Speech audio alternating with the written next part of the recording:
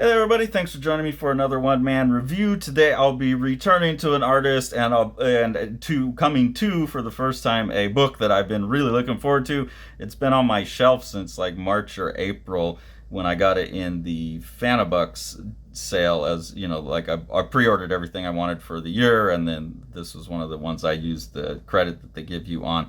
Really a big fan of Blutch's art. Not found a whole lot that's been translated, so was really excited about this. And it's an interesting book that gives a view of Blutch as a cartoonist with a real variety of approaches, as did the Variations book that I got, where he was mimicking panels by other artists and stuff.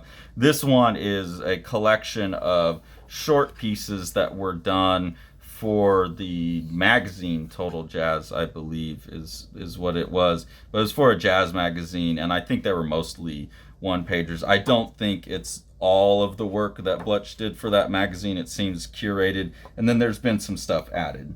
So this is being written in 2004. It's like a little intro to the book. It's got like an American Indian chief here talking to, I'm assuming this is Blutch as the artist, and he's talking about, how he was a real jazz nerd for like 15, 20 years and had this big collection, and he just lost interest in it after doing these comics. It's like he got too involved and got sick of it, and that's interesting. I also think it's interesting and brave, no pun intended, to be working with like this American Indian trope. I guess in Europe, even though y'all were the ones that came over here and forged this country, those of you who are still there are the ones who didn't do it. So it's not your problem.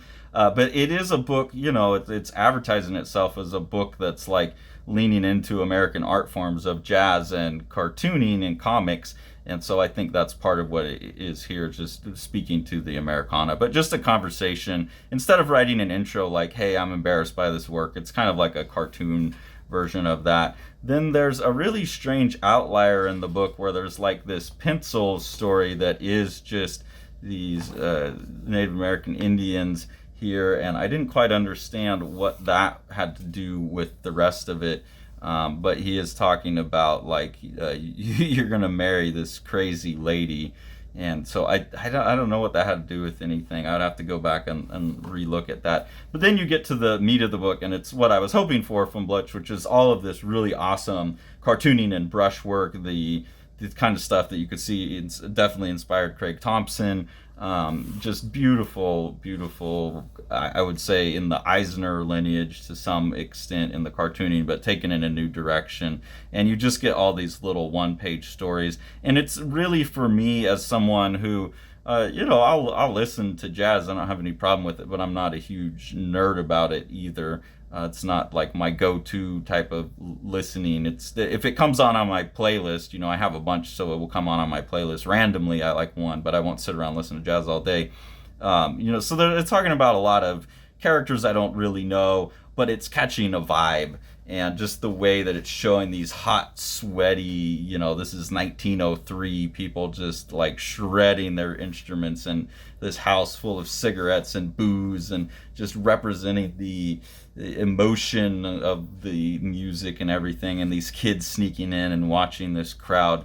I think it captures what people maybe inappropriately, nostalgically fantasize about when they think about the early days of jazz as almost this like underground cultural revolution type of thing. But it leads to some really beautiful art. I think out of all the pieces in the book, this was my favorite. Study of the prejudice of classic comics towards jazz. So combining what Blutch did in the Variations book, we're going to his inspirations and recreating that, going to Tintin, Asterix. I don't know Johann and Peewit as a character. I'm not familiar with that. But having these very well-known European characters, and I'm assuming these are real scenes that he's copying in his style, where they hear jazz and they freak out. The character plays jazz and it like upsets the person. This character is playing jazz and they tie him up. And then they're all painted like with these menstrual faces as well. It's just like a pretty deep critique of like this bias against like this noisy black music that was showing up in the early cartooning, I think is the statement there. And it's funny, it's well made. This page here is where I see some of that Eisner influence, the like leaning out the window. There's an Eisner one of the guys singing in the alleyway. This reminded me of that. The lady putting the laundry line, the guy playing the jazz, her going to bed and crying over it. Beautiful art, compositions all throughout. Blutch's brushwork is, what can you say about it other than that it's really, really great. There are also some more pin work looking type of images here. These feel much more scratchy and pin based to me. That's really fun to see. And right here I had to crack up because this guy's like playing his ass off, trying to get this woman's attention. And then when she walks by, he like purposely makes his saxophone sound awful, is what that looks like to me, and then gets her attention. It's called Sophisticated Lady. Anyone who does like jazz, and especially saxophone players, if you know John Zorn, you would know the sound that's being made right here. John Zorn makes his saxophone sound like dying dolphins a lot of the time, but really amazing musician, amazing composer. But it's such a good job here. Like I'm not even gonna mimic the awful noise, but I could tell exactly what's going on there, and I thought it was great. And there's a number of spreads throughout where it looks like Blutch is working with just a roller ball or a ballpoint pen or something, which is really interesting as well. Gives it even more like erratic, energetic line to what he's doing. Really like this one right here, The Secret Life of Sun Ra, where he's out being his like freakadeek self, and then here he is just like in normal clothes on the subway. Really enjoyed that. And then this one is a pretty standard, like comparing the curve of the sax to the body of a woman.